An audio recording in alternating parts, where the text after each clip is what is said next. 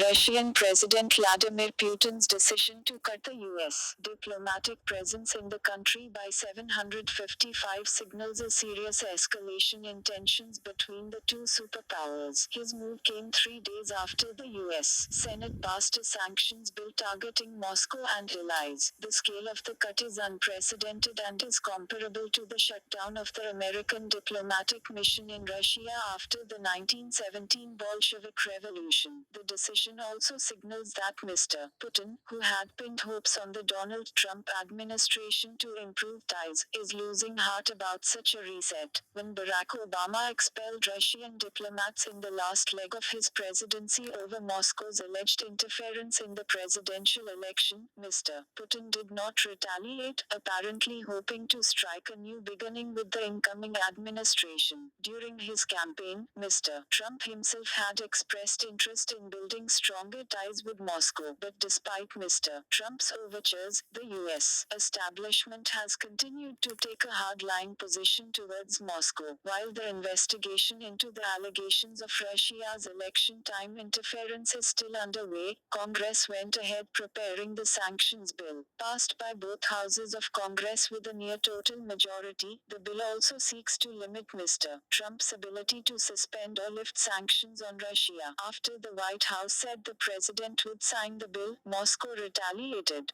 The new sanctions will add to Russia's economic troubles at a time it is already battling sanctions imposed by Europe and the US and dealing with a commodities meltdown. Mr. Putin could impose counter-sanctions, but the chances of winning a trade war with the world's largest economy are slim. Hence, Russia's formal declaration of a diplomatic war to show that it can hurt America's geopolitical interests elsewhere. Whenever Russia and the US joined hands to address the world's pressing problems in recent years, there were results. The Iran nuclear deal is one example. The Trump administration's willingness to work with the Russians in Syria has also helped calm parts of the war-ravaged country. The ceasefire brokered by Moscow and Washington between the Syrian regime and rebels in July is still holding, raising hopes for a sustainable political solution to the crisis. Besides, if the US wants to address the North Korean nuclear crisis diplomatically,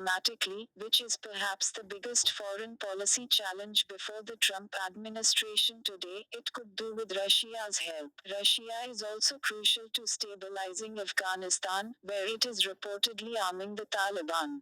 But instead of expanding their cooperation and addressing these challenges as responsible global leaders, the nuclear-armed powers seem to have fallen into the old Cold War era spiral of irrational mutual hostility. The floods that have ravaged parts of eastern and western India, leaving at least 600 people dead and displacing thousands, highlight the need for a massive capacity building program to deal with frequent, destructive weather events. A monsoon deluge is not an uncommon occurrence in the subcontinent, and there is considerable variability in the duration and frequency of rainfall in different regions.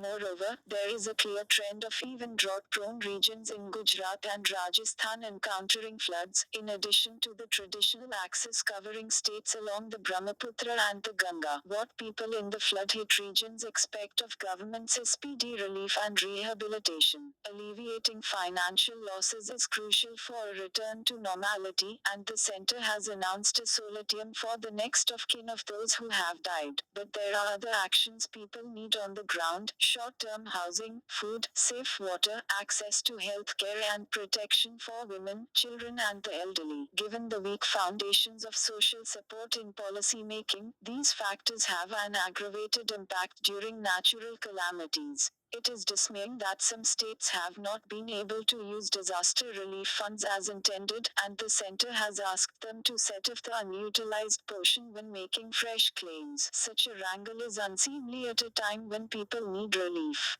Catastrophic events, such as the Chennai flood of 2015, also necessitate a review of the protocol followed by state governments in controlling flows from dams and reservoirs. Apparently, much of the waters that have inundated parts of Jalore in Rajasthan flowed from a dam that was opened to relieve pressure, catching many by surprise.